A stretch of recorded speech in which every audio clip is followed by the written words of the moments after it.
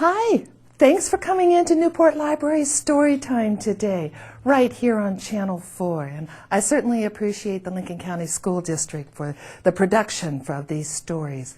And I've got a great one for you today. It's one of my old favorites. This is a story that you could find at your library on the shelves. It comes from a book by Eric Kimmel, and it's called Anansi and the Moss-Covered Rock.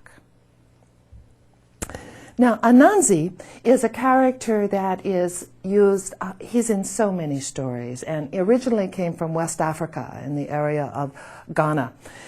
He is a spider, and he is full of mischief, as you will see in this story. Anansi was walking through the forest one day when something caught his eye, and he said, "Oh! Isn't that a strange moss-covered rock?" Ka-pum! Down fell Anansi, senseless.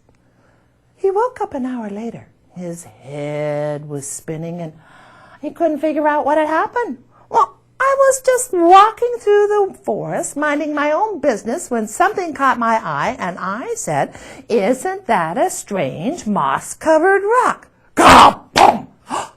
Down Anansi fell again, senseless.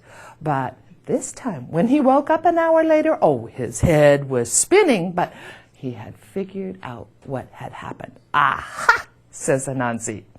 "That is a magic rock.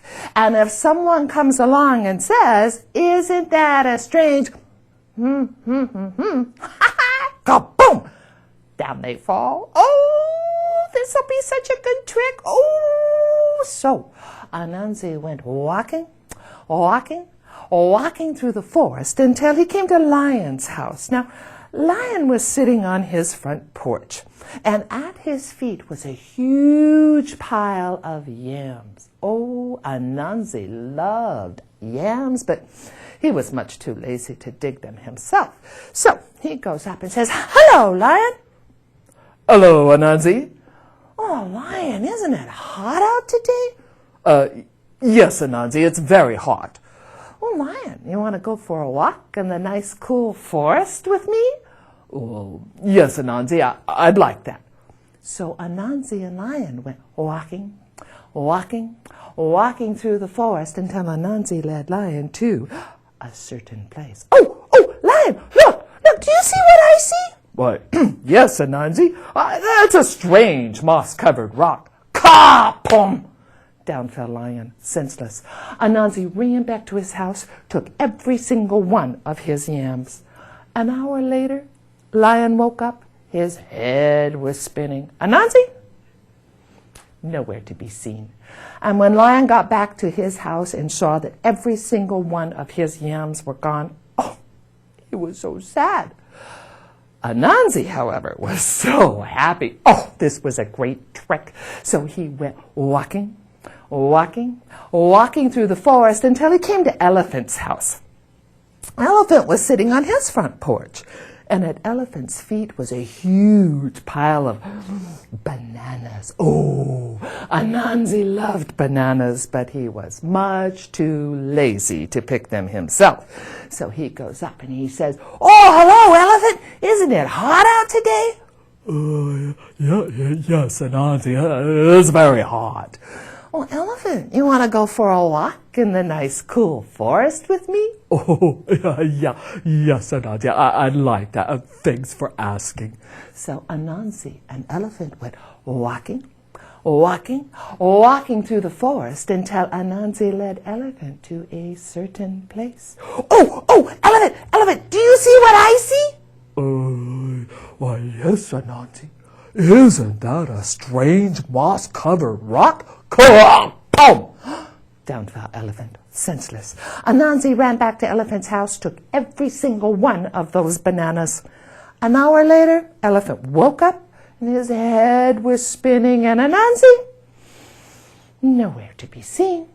And when Elephant got back to his house and found every single one of his bananas were gone, he was so sad that Anansi was having a great time. He went on and he played his trick on every other animal in the forest. He played his trick on zebra and on rhinoceros and on giraffe and on hippopotamus and all the others except little bush deer. Now, little bush deer is very small and very quiet and very hard to see. And little bush deer was hiding in the tall grass right around where that strange was. And she watched Anansi as he played that wicked trick on all the other animals.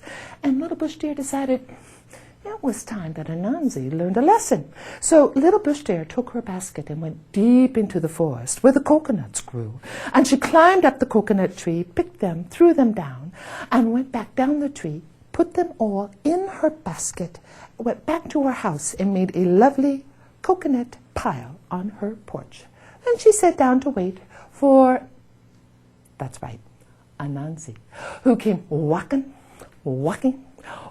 through the forest until he came to little bush deer's house and he saw that stack of coconuts on her porch and his eyes got so big. Ooh, Anansi loved coconuts. Oh, he liked to eat that crunchy coconut meat. He loved to drink that sweet coconut milk, but he, of course, was much too, that's right, you knew, lazy to go pick them himself. So he goes up to little bush deer's house. He says, "Hey, little bush deer, it's hot out today, isn't it?"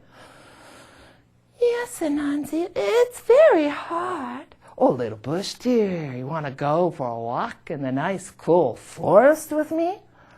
Oh, yes, Anansi, I'd like that. So Anansi and little bush deer went walking through the forest until Anansi led little bush deer to a certain place. Oh, little bush deer, look, do you see what I see?" "No, I don't see anything, Anansi."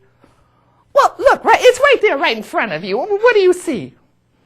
"I don't see anything, Anansi." "Oh, you do too see it. You just don't want to say it."